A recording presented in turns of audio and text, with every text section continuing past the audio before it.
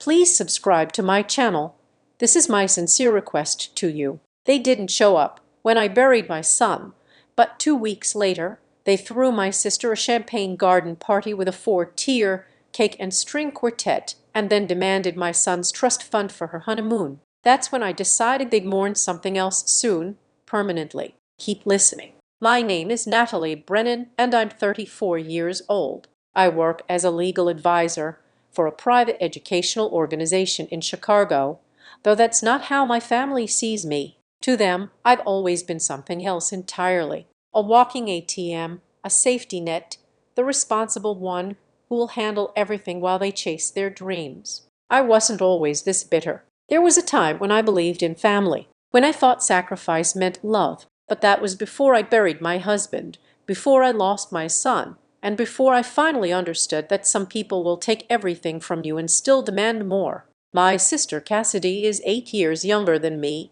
26 now. Although you'd think she was still 16 by the way our parents treat her. She's always been the baby, the princess, the one whose dreams mattered. When she wanted to study fashion design at an expensive private college, guess who co-signed the loans? When she needed a car for her unpaid internships, guess whose savings account got emptied? Natalie understands, my mother would say, patting my shoulder. She's always been the mature one. Mature, that's what they called it when I gave up my scholarship to Northwestern Law to stay close to home during Dad's unemployment. Mature is what they said when I worked 2 jobs to help keep the lights on while Cassidy posted Instagram stories from her spring break in Cabo. Mature is what I became at 18 when I realized that in our family, love was transactional and I was the only one paying.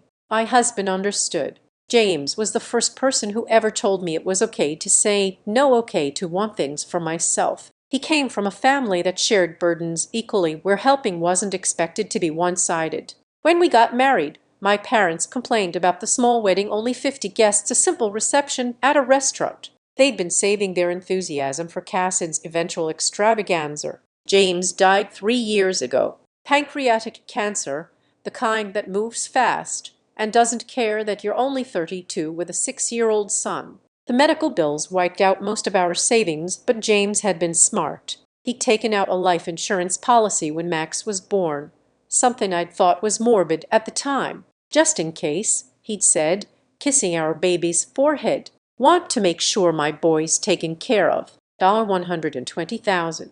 That's what my son inherited from his father. That's what I carefully placed in a trust fund, untouchable until his 21st birthday. College, a house, down payment, starting a business. Whatever dreams Max would have, his father had made sure he'd have a chance at them. My parents visited exactly twice during James' illness. Once to borrow money for Cassid's study abroad program. It's a once-in-a-lifetime opportunity, Natalie. And once to drop off a grocery store bouquet the day after he'd died. They stayed for 15 minutes. Cassidy didn't come at all. She was at a music festival that weekend, and, as my mother explained, didn't want to bring down everyone's mood, but I managed. For Max, I managed. I threw myself into work, into being both mother and father, into creating a stable life from the ashes of our little family. My son was brilliant, curious about everything, kind to everyone with his father's gentle soul and my stubborn streak. He'd build elaborate Lego cities and explain their infrastructure. He'd share his lunch with kids who forgot theirs. He'd crawl into my bed during thunderstorms, not because he was scared, but because he thought I might be. "Mama," he'd said one morning over breakfast, "when I grow up, I'm going to take care of you like you take care of me." That was 3 months before the surgery that was supposed to fix his heart murmur. Routine, they said, low risk. They said they were wrong. The call came at 3:27 a.m. I remember because I'd been staring at the clock, unable to sleep, counting the hours until I could visit Max in recovery. The surgery had gone well, they'd said. He'd woken up briefly, asked for chocolate ice cream.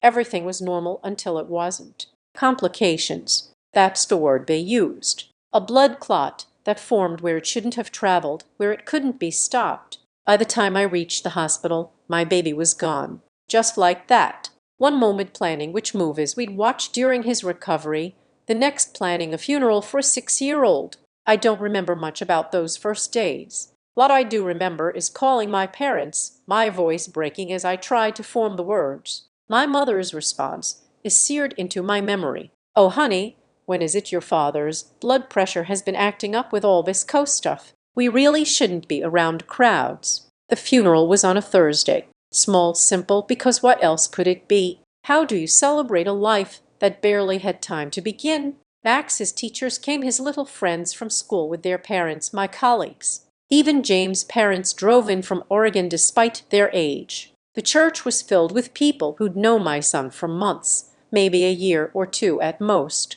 But not my parents, not my sister. That same day, while I stood at my son's graveside, Cassidy posted a photo on Instagram of her and her boyfriend Blake at a wine tasting, living our best lives. Har, blessed future Mrs. Locker. 3 days later, she announced their engagement. 2 weeks after I buried my son, 2 weeks, my parents threw Cassidy an engagement party that would have made royalty jealous. I found out through Facebook, through the hundreds of photos my aunt posted. The garden venue decorated with twinkling lights and white roses. The champagne fountain. The 4-tier cake that probably cost more than Max's entire funeral. The string quartet playing in the background while my father made a toast about the joy of watching your children find happiness. I stared at those photos until my eyes burned. My mother in her new dress laughing with relatives who'd sent me sympathy cards. I doubt she'd even opened.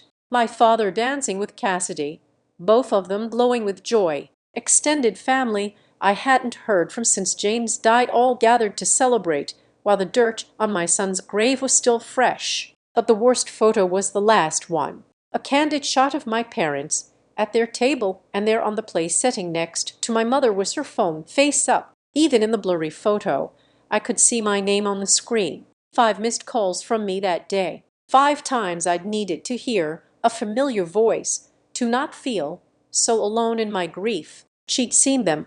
She'd chosen the party. The comments under the photos were all congratulations, heart emojis, excitement about the wedding to come. Her parents must be over the moon. One cousin wrote, "Family celebrations are the best." Another added, "I threw my phone across the room." Then I sat in Max's bedroom surrounded by his dinosaur posters and half-built Lego sets and screamed until my throat was raw. I screamed for my baby who died alone in a hospital bed. I screamed for my husband who'd never see his son grow up. I screamed for the family I'd never really had. The next morning, I received a text from my mother. Not an apology, not an explanation, just Cassid's registered at Nordstrom and Williams-Sonoma. "We know things are tight for you, but family supports family." That's when something inside me finally broke. Or maybe it finally fixed itself. Either way, I stopped crying. Stopped feeling that desperate need for their love, their approval, their acknowledgement, that I'd lost the most precious thing in my world. I had something they wanted, Max's trust fund. Money they felt entitled to because in their minds, what use was it now? My son was dead. Cassidy was alive and getting married and needed a honeymoon in Santorini. They had no idea what they'd awakened in me. The girl who'd always said yes, who'd always sacrificed, who'd always been mature was gone, buried with her son. What remained was someone else entirely. Someone who knew how to say no. Someone who knew how to make it hurt. The call came exactly 1 week after the engagement party photos appeared online. I was sitting in Max's room folding his clothes to donate when my phone rang. My father's name on the screen made my stomach turn, but I answered. I'd become curious about how low they could sink. "Natalie, sweetheart." He began using the tone he reserved for when he needed something. "How are you holding up?" 23 days. That's how long it took him to ask how I was doing after his grandson's death. "What do you want, Dad?" A pause. I could hear my mother whispering in the background. "Well, we've been thinking about Max's situation. The financial situation, I mean." My hand tightened on the phone. "What about it?" "The trust fund, honey. The life insurance money from James. We know it's just sitting there now. And well," he cleared his throat, "Cassidy and Blake have found the most beautiful resort in Santorini for their honeymoon. You know how important it is to start a marriage off right." I said nothing. Sometimes silence is louder than screaming. My mother took the phone. "Natalie, be reasonable." That money was for Max's future. And now, well, he wouldn't have used it anyway. Cassidy is your sister. Family helps family. He wouldn't have used it anyway. Each word was a knife between my ribs. You know what I mean? She continued, irritated by my tone. It's not like you need it. You have your job. Cassid's just starting out, and Blake's family is already paying for so much of the wedding. We need to contribute something meaningful. You want me to give you my dead son's inheritance for Cassid's honeymoon? I said it flat, emotionless, wanting them to hear how it sounded. Don't be dramatic. It's not like that. Then what is it like? My father took the phone back. Look, we've already told Blake's parents we'd handle the honeymoon. It would be embarrassing to back out now. 20,000 would cover everything beautifully. Consider it a wedding gift from Max to his aunt. From Max, who you couldn't visit in the hospital, whose funeral you couldn't attend. That Max, we explained about Dad's blood pressure. His blood pressure was fine for the engagement party. 2 weeks later, silence. Then my mother's voice, sharp. Now we've done everything for you. Natalie raised you, supported you. I've been supporting you since I was 18, and this is how you repay us, by being selfish. That money is just sitting there doing nothing. It's in a trust fund, legally bound, until the beneficiary turns 21. But he's not. She caught herself, but we both knew what she'd been about to say. Not going to turn 21. I finished. No, Mom, he's not. My father tried one more time. Natalie, please. We are not asking for all of it. Blake's family thinks we're well. They have certain expectations. You know how these society people are. Cassid's marrying up, and we need to show we can contribute for the family reputation. The family reputation. Not once had they asked about funeral costs. Not once had they offered to help with the medical bills that insurance didn't cover. Not once had they wondered if I was managing financially after taking unpaid leave to sit by my son's hospital bed. My answer is no. You can't be serious. Dead serious like my son.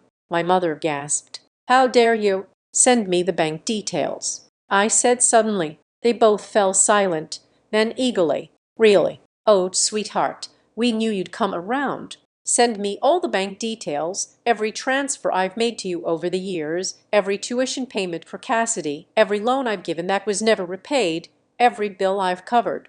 I want a full accounting. But what? Why would you? Because I'm done being your personal ATM. Send me everything, or this conversation is over permanently. My father's voice turned cold. After everything we've done for you, you'd abandon your family over money. You abandoned me over a party. That's not goodbye, Dad. I hung up. My hands were shaking, but not from sadness, from rage. Pure crystallized rage that had been building for 23 days, maybe for 34 years. They called back 17 times that evening, left voicemails that progressed from wheeling to demanding to threatening. Cassidy texted, Mom says you're being a total about the money. It's not like Max needs it and more. Don't ruin my wedding, BC. You're jealous.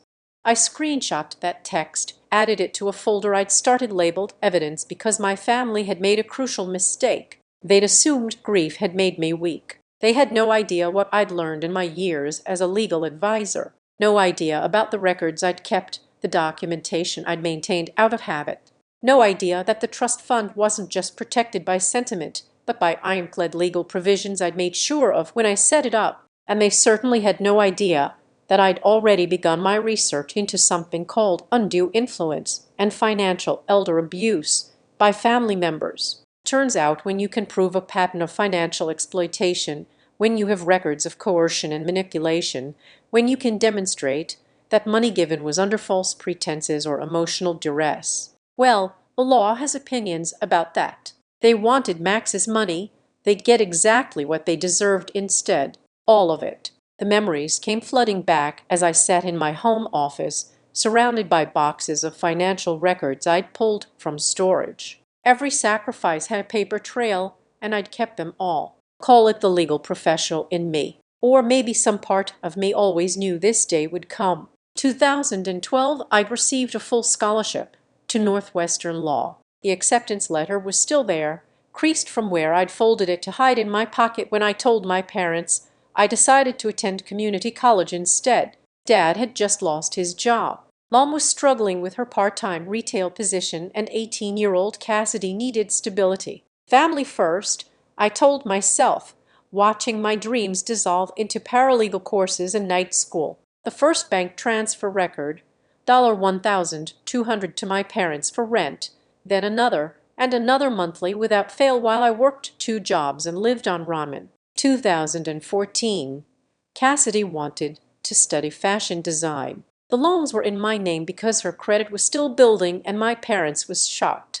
$67,000 over 4 years, with me as the primary borrower. The repayment plan showed my name alone, though we'd all agreed it would be the family's responsibility to pay it back. Spoiler, the family meant me. 2016. While I was planning my modest wedding to James, Cassidy needed a car for her unpaid internships, a white BMW used but professional looking. My savings account statement showed the withdrawal $15,000 the day before my wedding dress shopping appointment that I canceled because I could no longer afford anything but off the rack. My Aunt Helen had accidentally forwarded me an email chain that year. I'd saved it, though I'd tried to forget what it said. My mother writing to relatives. Poor Natalie's never been pretty like Cassidy. At least she's useful. Thank God she found someone willing to marry her. We were starting to worry. 20th on 18. James' diagnosis. The medical bills started piling up.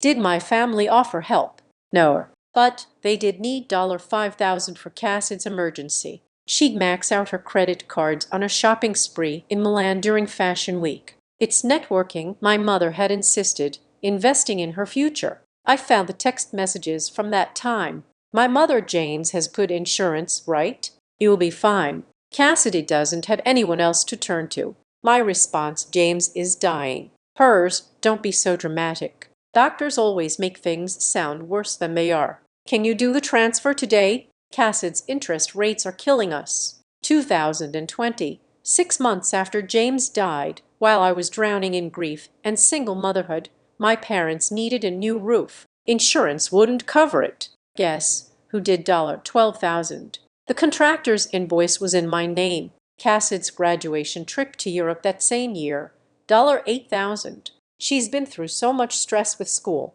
My mother explained while I was pricing child grief counselors I couldn't afford for Max. The folder grew thicker. Every birthday card with a check instead of presents. Every holiday where they needed money for Cassid's gifts but couldn't afford gas to visit Max. Every tuition payment, loan payment, credit card bailout, emergency fund transfer. The total was staggering. $237,842 over 10 years. But it wasn't the money that broke me. It was the other folder, the one labeled Max. His first birthday. Sorry we can't make it. Cassidy has a sorority thing. His kindergarten graduation. Rain check. Dad's not feeling well. Facebook showed them at Cassid's boyfriend's yacht party that day. His 6th birthday, the last one. We'll celebrate when things calm down. They never did. I found my own text to them from the day before his surgery. Max is scared. He keeps asking if Grandma and Grandpa will visit.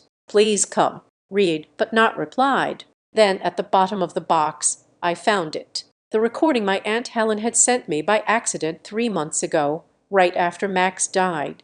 A family dinner I hadn't attended because Max had been sick. The conversation was crystal clear. My mother, at least Natalie, finally has a purpose. Poor thing. She was never going to amount to much anyway, not like our Cassidy. My father. The funeral was so depressing. Good thing we had that cruise boat. Cassidy. I still can't believe she made such a fuss about the money stuff. Like Max is gone. What's she even saving for now? It's so selfish. My mother again. She's always been jealous of you, sweetheart. Some people are meant to shine. Others are meant to, well, to be Natalie walking piggy banks, who the recording cut off, but I'd heard enough. Helen's text had said, thought you should know what they really think. I'm so sorry about Max. I labeled that recording carefully. Evidence file number 127. Because what my family didn't know was that in my state financial abuse has a broad definition. Exploitation of family members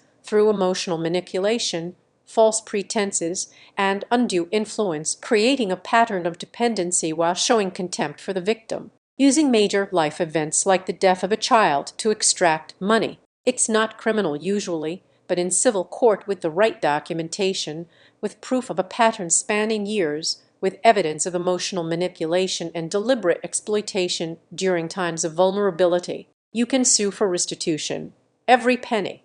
I closed the last folder and opened my laptop. My colleague in the legal department had recommended a firm that specialized in family financial disputes. Aggressive, she'd called them ruthless. The email I composed was brief. I need to recover $237, $842 from family members who have exploited me financially for a decade. I have extensive documentation. They are currently trying to access my deceased son's trust fund.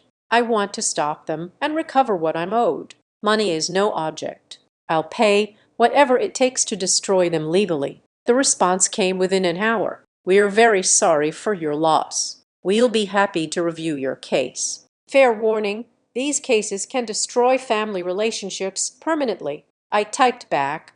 They destroyed it when they skipped my baby's funeral for a party. Burn it all down.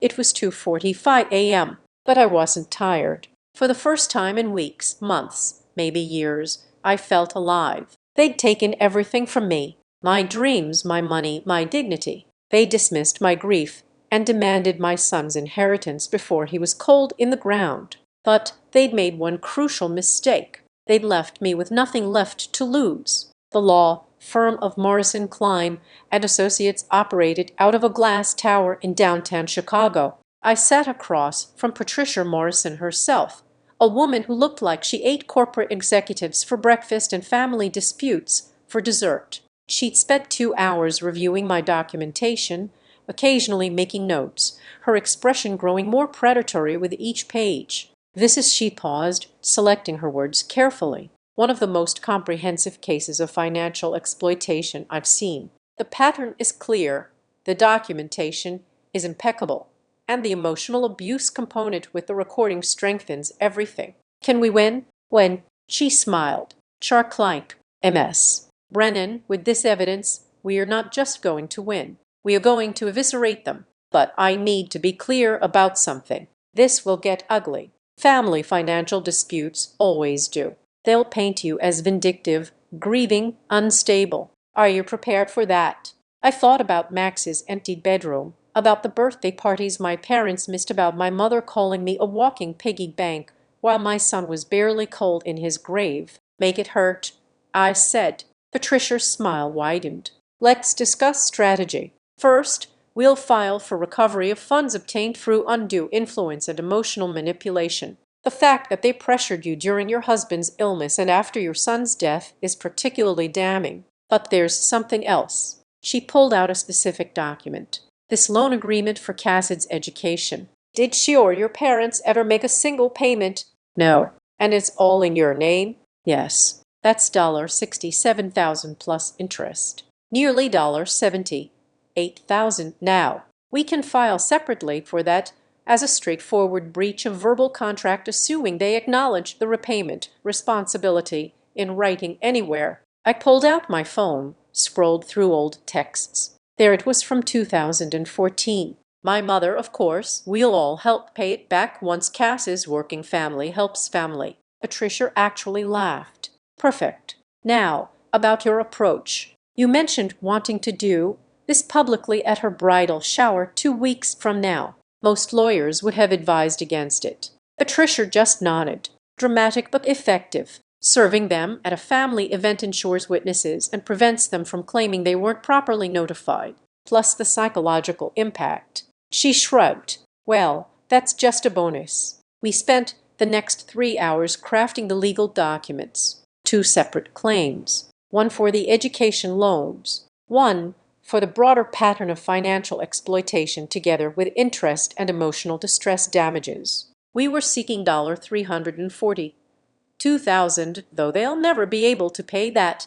I said. No, Patricia agreed. But they'll have to liquidate assets, sell property, declare bankruptcy possibly, and every relative at that party will know exactly what kind of people they are. The court clerk validated our filing the next morning. Official papers, raised seals, the whole 9 yards. Patricia had rush-ordered certified copies for maximum impact. I also had my secret weapon, a USB drive containing every piece of evidence, including the audio recording formatted as a presentation. My colleague from it had helped me create it.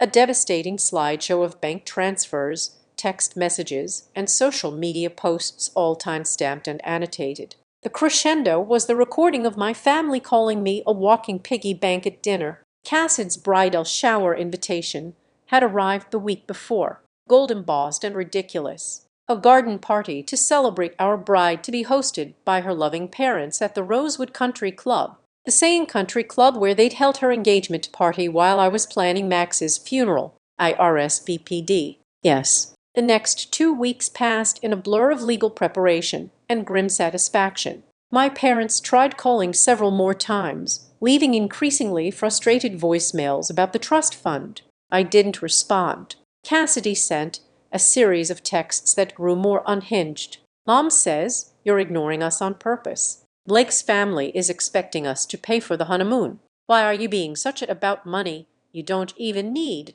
Whatever. When you die alone, don't blame us. I screenshot every message. More evidence. My Aunt Helen called the night before the shower. Natalie, honey, are you sure you want to come tomorrow? Your mother's been telling everyone you've had a breakdown since Max. Maybe it's better if you sit this one out. Oh, I wouldn't miss it for the world, I said. In fact, I have a gift for Cassidy, something she'll never forget. Helen was quiet for a moment. Good for you, sweetheart. It's about time. The morning of the shower, I dressed carefully. Professional blazer, the kind I wore to legal proceedings. Hair pulled back severely. Minimal makeup. Let them see the grief etched on my face. In my briefcase, the legal documents, the USB drive, and a small projector I'd borrowed from work. The country club was 40 minutes away. I used the drive to practice what I'd say, though the words had been burning in my throat for weeks. As I pulled into the parking lot,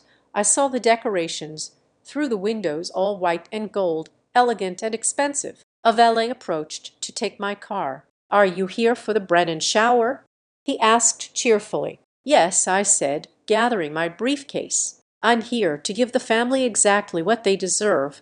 The valet looked confused, but took my keys. I walked toward the entrance, my heels clicking on the pavement like a countdown. Inside, I could hear laughter, the clink of champagne glasses, my mother's fake society voice. About 50 guests from the sound of it. Perfect. The more witnesses, the better. A server spotted me in the doorway. Ma'am, are you? And Natalie Brennan, I said, the bride's sister. Her face went through several expressions. Surprise, pity, awkwardness. Clearly, she'd been briefed on the family tragedy. The sister who'd lost her son. The one who'd gone crazy with grief, according to my mother's version. Oh, of course. Everyone's in the main dining room. Can I take your no need? I said, gripping my briefcase tighter. I know the way. I paused at the entrance to the dining room, taking in the scene. Round tables with centerpieces of white roses. A dessert table with a cake that probably cost more than Max's headstone.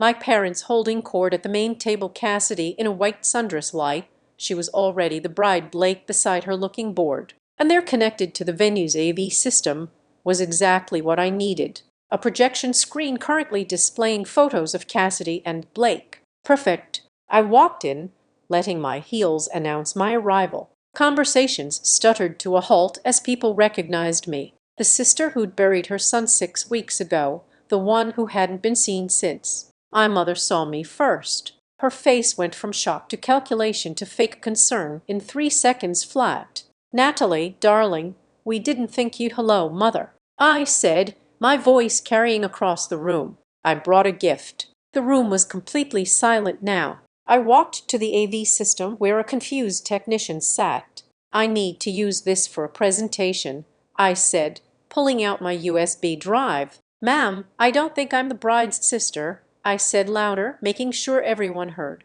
And I have something important to share about our family. Cassidy stood up. Natalie, what are you doing?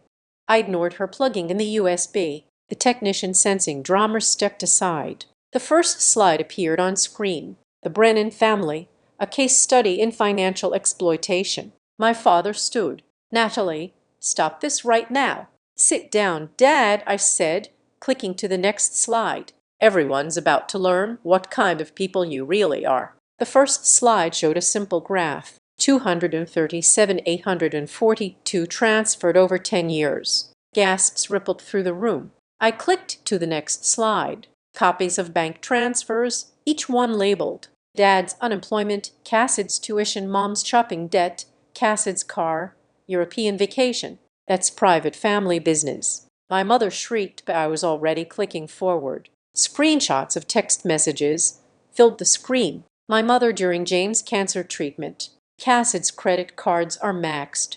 Can you handle $5,000? James has insurance anyway. My father when Max was in the hospital. We need a new roof. $12,000 should cover it. You understand, right, Cassidy? 2 weeks after Max died. It's not like Max needs the money anymore. Don't be selfish. The room was dead silent except for the click of my presentation remote. Blake Cassid's fiancé had gone pale. His parents sitting at a nearby table looked horrified. "Now," I said, my voice steady despite the rage burning in my chest, "let me show you what this loving family did when my son died." The next slide, Max's funeral announcement, next to screenshots from the engagement party 2 weeks later. The date stamps were highlighted in red. They couldn't attend my 6-year-old's funeral because of CO concerns, I said, but somehow managed this lavish party 14 days later. An aunt gasped. Blake's mother covered her mouth. And then I clicked again.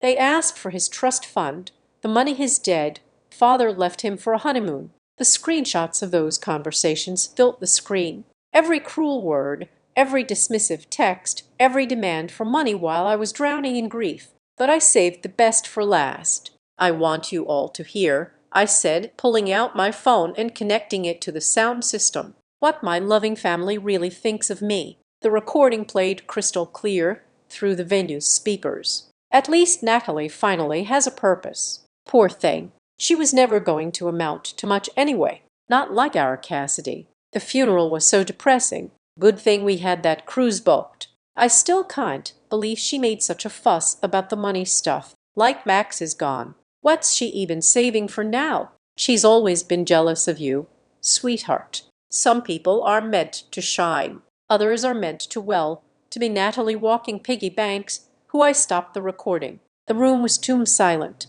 Cassidy had tears streaming down her face, but I knew they weren't for me or Max. They were for her ruined party, her ruined image. Blake stood up slowly, his face a mask of disgust. "You called your grieving sister a walking piggy bank after her son died." "Blake, baby, it wasn't like that," Cassidy started.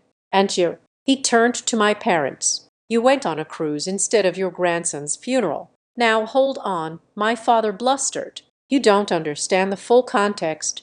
"I understand enough," Blake said quietly. He looked at his parents. "We're leaving." "Blake," Cassidy wailed. "You can't just— I'm a lawyer, Cassidy. Do you have any idea what this looks like? What my reputation would be married into a family that—" He shook his head. "We're done." But I wasn't finished. I pulled out the legal documents from my briefcase. "Morrison, Klein and Associates will be serving you formally on Monday." I announced, handing copies to my frozen parents. "I'm suing for full recovery of all funds obtained through emotional manipulation and undue influence." That's $237,842 in documented transfers plus interest and damages. My mother snatched the papers, her face going white as she read. "This is ridiculous. Family doesn't sue family. Family doesn't skip their grandson's funeral for a party." I shot back. "And Cassidy," I turned to my sister, who was desperately trying to hold on to Blake's arm as he shrugged her off.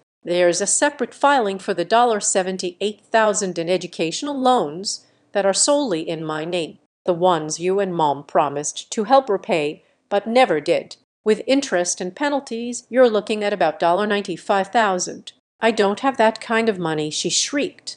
"Let her start selling that BMW," I said. "Oh wait, I paid for that too." The room erupted. Blake's family was leaving. Other relatives were shouting questions, and the country club staff looked ready to call security. But I stood calm in the center of the storm I'd created. "One more thing," I said, loud enough to cut through the chaos. "Max's trust fund, it's ironclad. You'll never touch a penny. And when I win these lawsuits, and I will win, I'm adding every cent to his fund. Then I'm donating it all to the children's cardiac unit that tried to save him so other families won't have to go through what we did alone." I picked up my briefcase and turned to leave. My Aunt Helen stood up and started clapping slowly, deliberately. A few other relatives joined her. As I walked out, I heard Cassid's final wail. "You ruined everything. My wedding is destroyed." Blake won't even talk to me. I paused at the doorway and looked back. The perfect garden party was in shambles. Blake and his family were gone. My parents were frantically reading legal documents while relatives backed away from them like they had a disease. Cassidy stood alone in her white dress, mascara running down her face, her fairy tale shattered. "Their wedding," I said quietly, but my voice carried. "I buried my baby 6 weeks ago, and you asked for his trust fund. I left them with that. Left them with the wreckage of their own, making the consequences they never thought would come." As I walked to my car, I could hear the chaos continuing behind me. Shouting, crying, accusations flying. The valet brought my car around looking shell-shocked. "Man is everything. Everything's exactly as it should be," I said, handing him a 20. For the first time in a very long time. As I drove away, I saw Blake's car speeding off in the opposite direction. Cassidy wasn't in it. My phone was already buzzing with calls and texts, but I ignored them all. I had one stop to make. The cemetery was quiet, peaceful. I knelt by Max's grave, placing my hand on the small headstone with its carved teddy bear. "Eight baby," I whispered. "Mummy did something today. Something that needed to be done. They won't hurt us anymore." The wind rustled through the trees, and for just a moment I could almost hear his laugh. My sweet boy, who shared his lunch with kids who forgot theirs, who wanted to take care of me when he grew up. "I'll take care of us now," I promised. The way I should have from the start. The aftermath was swift and brutal. Within 24 hours, the society pages of the local news had picked up the story. Prominent families' bridal shower erupts in legal drama. Blake's family, old money with connections everywhere, made sure everyone knew why the engagement was broken. The details spread through their social circles like wildfire. My phone logged 127 missed calls that first day. I didn't answer any of them. Patricia Morrison, my lawyer, handled all communication with surgical precision. She forwarded me only the most relevant updates, each one more satisfying than the last. Monday morning, the formal service of papers was completed. My father had apparently tried to refuse them, which only resulted in the process server documenting his behavior and leaving them at his feet.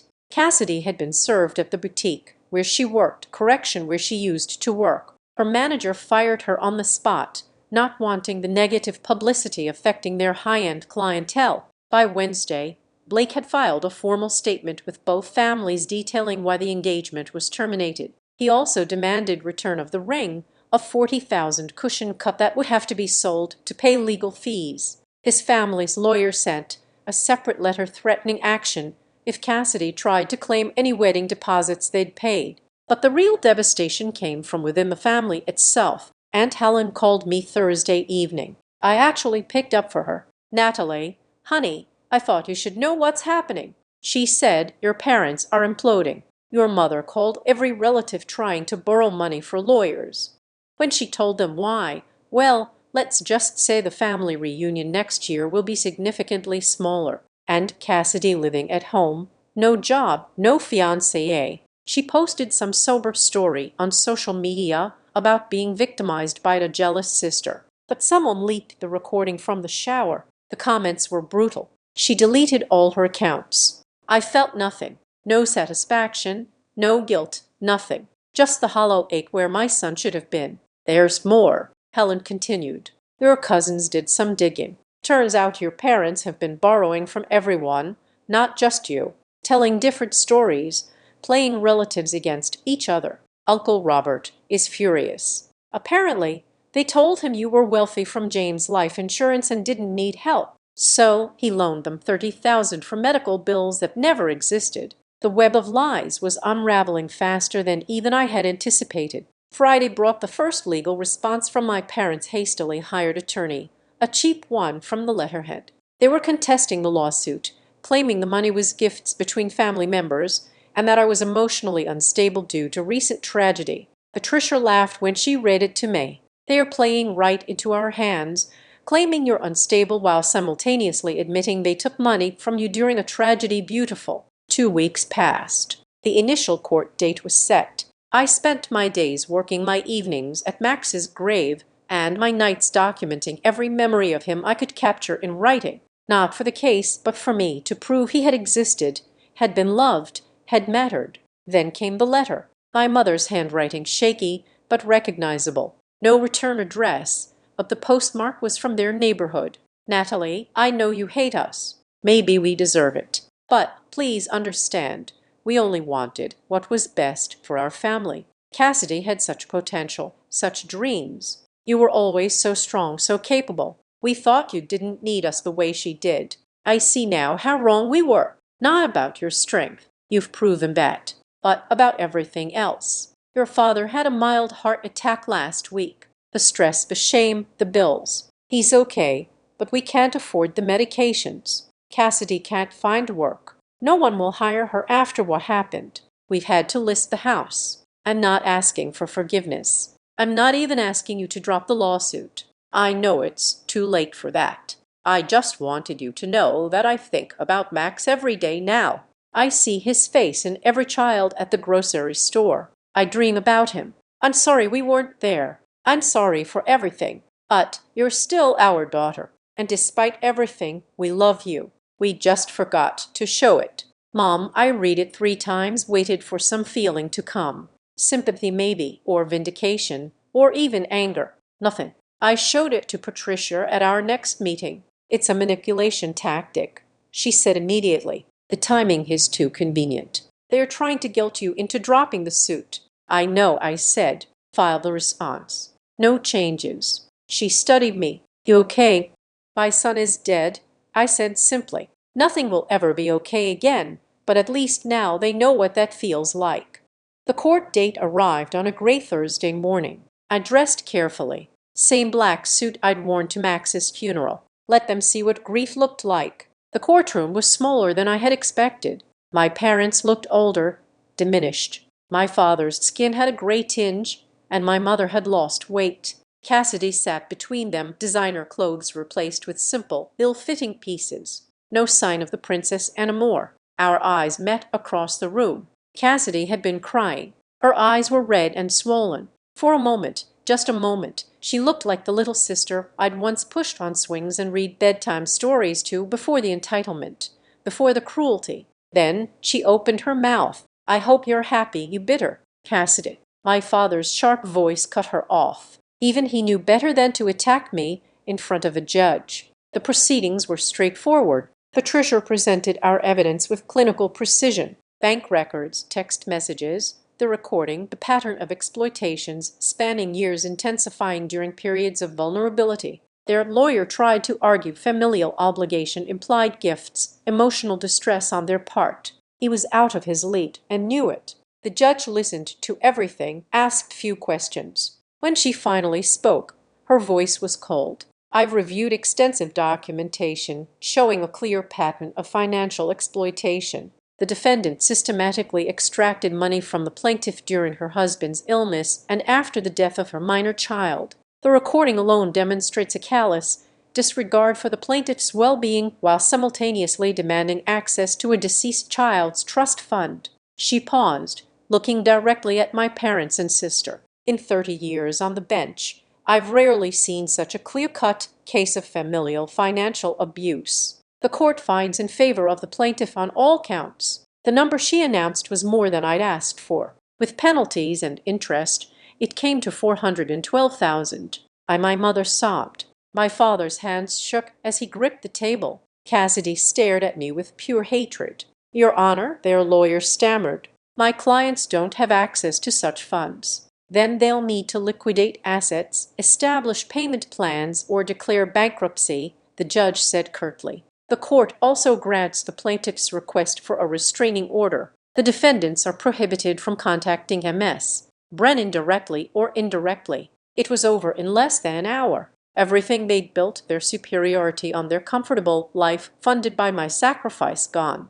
As we left the courtroom, Cassidy broke away from our parents and ran toward me. The ballet stepped forward, but she stopped just out of reach. You killed him, she hissed. Dad's heart attack. Mom's breakdown. It's all your fault. You're a monster. I looked at her steadily. No, Cassidy, I'm just not your piggy bank anymore. Patricia guided me out before she could respond. In the parking lot, I sat in my car for a long moment, waiting to feel something. Triumph, maybe, or closure. Instead, I drove to the cemetery, sat by Max's grave as the sun set, told him about the day, about the money that would go to help other sick children, about how his trust fund would finally be used for something good. I miss you, baby, I whispered. I miss you so much it physically hurts. But they'll never hurt us again. I made sure of it. The wind picked up scattering leaves across the grave. Somewhere in the distance, a child laughed. For the first time in months, I didn't flinch at the sound. I'd won. It didn't bring Max back. Nothing would. But maybe, just maybe, I could stop letting them take anything else from me. The restraining order meant I never had to see them again. The judgment meant they'd spend years paying for their cruelty, and Max's trust fund would help save other children a legacy of love instead of greed.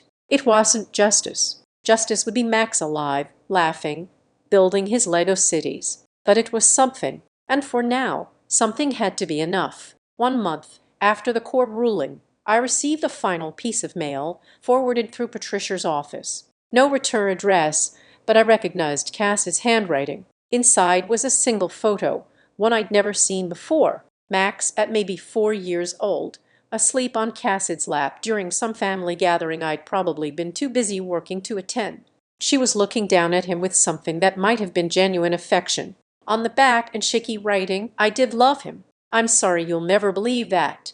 I kept the photo, not for her, but for Max. Proof that once maybe we'd been something resembling a real family. Before money poisoned everything, before they chose greed over grief, the bankruptcy notices appeared in the public records 3 months later. My parents' house sold in a short sale. They moved in with my mother's elderly sister 2 states away. The one relative who'd still speak to them, probably because she needed caregiving herself. Cassid's social media remained dark, but Helen heard through the grapevine that she was working at a call center, living in a studio apartment, taking the bus because the BMW had been repossessed. Blake married someone else within the year. The wedding announcement in the Times mentioned his narrow escape from an unfortunate previous engagement. Salt in Cassid's wounds, I'm sure, but I felt nothing. They were ghosts to me now, haunting someone else's life. The children's cardiac unit at the hospital held a dedication ceremony when I donated Max's trust fund.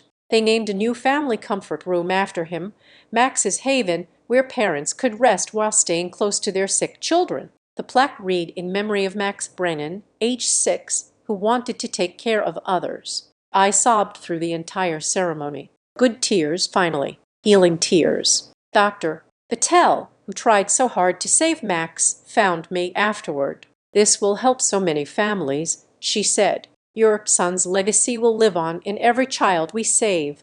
That night, I stood in Max's empty room one last time. I was selling the house, moving somewhere without ghosts, somewhere I could start over without the weight of family expectations or the echo of tiny footsteps in the halls. I kept my promise. Baby, I whispered to the darkness. I took care of us, and now I need to learn to take care of me. The moving truck came on a Tuesday. As I locked the door for the last time, my phone buzzed. An unknown number, but local. Against my better judgment, I answered. Is this Natalie? A young voice, nervous. Asking. And I'm Rebecca, Blake's wife. I'm sorry to bother you, but I wanted to thank you. I nearly dropped the phone. Thank me. Blake told me everything about your family, what they did, how you exposed them. If you hadn't, he might have married into that. We might never have met. And now we have a son, James. We named him James. The air left my lungs. That was my husband's name. I know. Blake wanted to honor your loss somehow. to acknowledge that your pain led to our happiness. Is that okay? I sat on my front steps surrounded by boxes and laughed. Actually laughed. Not bitter, not cruel, just surprised by the strange ways life circles back. It's more than okay, I said. Tell Blake. Tell him thank you. And congratulations. There's one more thing, Rebecca said hesitantly. We heard about Max's Haven at the hospital. We'd like to make a donation, if that's all right. Blake says it's the least we can do. After we hung up, I sat there for a long moment. Life was so strange. My family's cruelty had saved Blake from a terrible mistake. Their greed had funded a place where sick children could find comfort. Max's death had led to saving other children. Pain transformed into purpose somehow. I'd won the case, but more than that, I'd won my freedom. Freedom from the guilt of saying no. Freedom from the weight of being anyone's piggy bank. Freedom to grieve without apologizing. To heal without permission. To exist without justifying my worth through sacrifice. My new apartment was smaller, but filled with light. I hung Max's pictures everywhere. Told neighbors about my brilliant boy, who built Lego cities and shared his lunch. I started therapy. Finally, joined a support group for parents who'd lost children. Learned that grief wasn't something to get over, but to carry with grace. On the 1-year anniversary of the court ruling, I got a text from Aunt Helen. Thought you should see this. Attached was a screenshot from a job networking site. Cassidy, using her middle name now, applying for entry-level positions. In her bio, learned hard lessons about family, money, and priorities. Starting over with humility. Maybe she'd learned, maybe she hadn't. It didn't matter anymore. They were on their own journey now without me to fund it. As I stood in Max's Haven that afternoon, watching a mother rock her sick baby, while a father dozed on the comfortable couch we donated, I finally understood this was what winning really looked like. Not the money or the revenge or the public humiliation, but this. Taking the worst pain imaginable and transforming it into something that mattered. Hey, baby, I whispered, touching the plaque with Max's name. Look what we did. Look what love can do when it's not wasted on people who don't deserve it. Somewhere I hoped my little boy was building Lego cities in heaven, sharing celestial lunches with angels, still taking care of others in his own way. And here on earth, his mother had finally learned the most important lesson of all. Sometimes the best revenge isn't destroying those who hurt you. It's refusing to let them destroy you. It's taking back your power, honoring your truth, and building something beautiful from the ashes they left behind. My family took everything they could from me, but they couldn't take my memories of Max. They couldn't take my ability to love, and they couldn't take the legacy we built from their greed, a place where no parent would ever have to face their worst nightmare alone. That's my story. That's how I buried my son, lost my family, and found myself. That's how Max's trust fund became Max's Haven. That's how the worst chapter of my life became the beginning of something else. Not happy ending. There are no happy endings when you've buried your child, but a purposeful one, a meaningful one, and in the end, that has to be enough. Thank you so much for listening to my story. I know it was heavy, but sometimes the most powerful truths come from our darkest moments. I'd love to know where you're listening from. Please comment below and share your thoughts. If this story touched you, please subscribe to the Azad Revenge Stories channel and hit that like button. And if you really want to help others discover these stories, hit the like button to boost this video. Your support means everything. Until next time, remember family isn't always blood, and sometimes the best revenge is simply choosing yourself. Thanks to all.